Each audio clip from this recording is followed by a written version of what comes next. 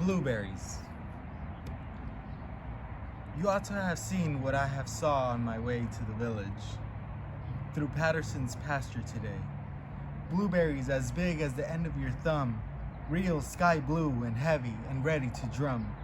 In the cavernous pail of the first one to come, and all ripe together, not some of them green, and some of them ripe you ought to have seen. I don't know what part of the pasture you mean. You know where they cut off the woods? Let me see. It was 2 years ago. Or no, can it be? No longer than that. And the following fall, the fire ran and burned it all up but the wall. Why, there hasn't been time for the bushes to grow. That's always the way with blueberries, though. There may not have been the ghost of a sign of them anywhere under the shade of the pine. But get the pine out of the way, you may burn the pasture all over until not a fern or grass blade is left, not to mention a stick. And presto, they're up all around you, as thick and hard to explain as the conjurer's trick.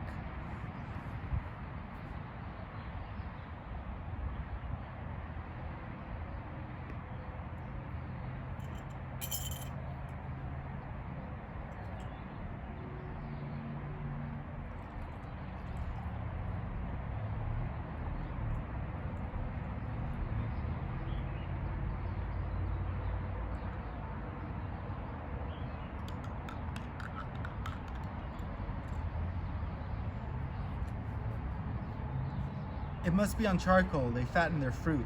I taste in them sometimes the flavor of soup. And after all, they're ebony skinned.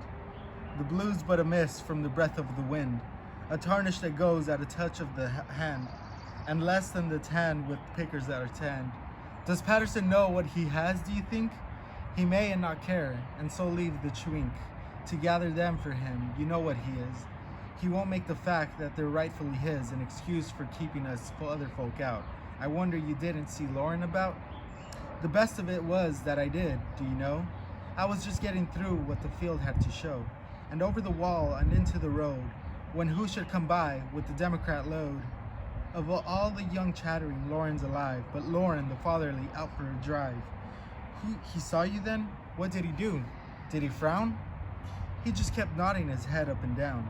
You know how politely he always goes by, but he thought a big thought, I could tell by his eye, which being expressed I might be this in effect. I have left those other berries I shrewdly suspect to ripen too long. I am greatly to blame. He's a thriftier person than some I could name. He seems to be thrifty, and hasn't he need? With the mouths of all those young Laurens to feed. He has brought them all up on wild berries, they say, like birds. They store a great many away. They eat them the year round, and those they don't eat, they sell in the store and buy shoes for their feet. Who cares what they say? It's a nice way to live. Just taking what nature is willing to give, not forcing her hand with harrow and plow. I wish you had seen his perpetual bow, and the air of the youngsters, not one of them turned, and they looked so solemnly, absurdly concerned. I wish I knew half of what the flock of them know, of where all the berries and other things grow, cranberries and bogs and raspberries on top, of the boulder-strewn mountain and when they will crop.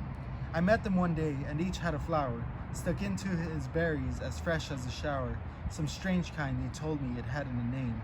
I've told you how once not long after we came, I almost provoked poor Lauren to mirth by going to him of all people on earth to ask if he knew any fruit to be had for the picking. The rascal, he said he'd be glad to tell if he knew, but the year had been bad. There had been some berries, but those were all gone.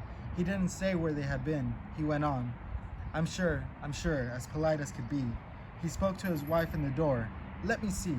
Ma'am, we don't know any good berrying place. It was all he could do to keep a straight face.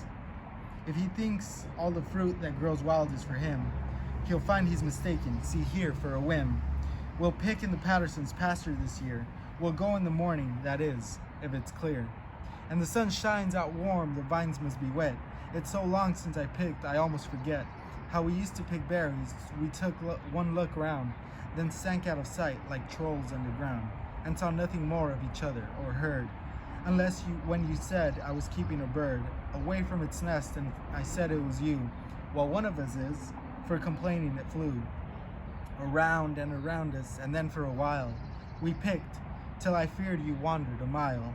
And I thought I had lost you. I lifted a shout, too loud for the distance you were, it turned out. For when you made an answer, your voice was as low as talking. You stood up beside me, you know. We shan't have the place to ourselves to enjoy. Not likely, when all the young lorns deploy. They'll be there tomorrow, or even tonight. They won't be too friendly. They may be polite. To people they look on as having no right to pick where they're picking, but we won't complain. You ought to have seen how it looked in the rain. The fruit mixed with water in layers of leaves, like two kinds of jewels, a vision for thieves.